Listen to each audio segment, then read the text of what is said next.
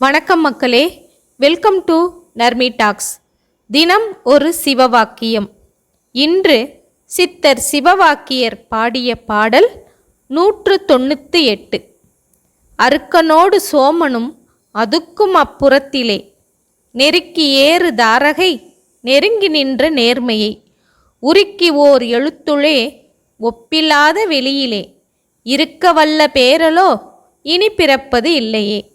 இந்த பாடலின் பொருள், சூரிய மண்டலத்தை வலது கண்ணை மையமாக்கி உணர்வதும் சந்திர மண்டலத்தை இடது கண்ணை மையமாக்கி உணர்வதும், இவை இரண்டும் நெருங்கும் பூர்வ மத்தியாகிய நட்சத்திர மண்டலத்தின் வாயிலை உணர்வதும் செய்தபடி ஓம் எனும் ஓர் எழுத்தை ஓதி தம் உடலை மறந்து வெளியை உணர வல்லவர்கள் இனிமேல் பிறக்கப் போவது இல்லை என்கிறார்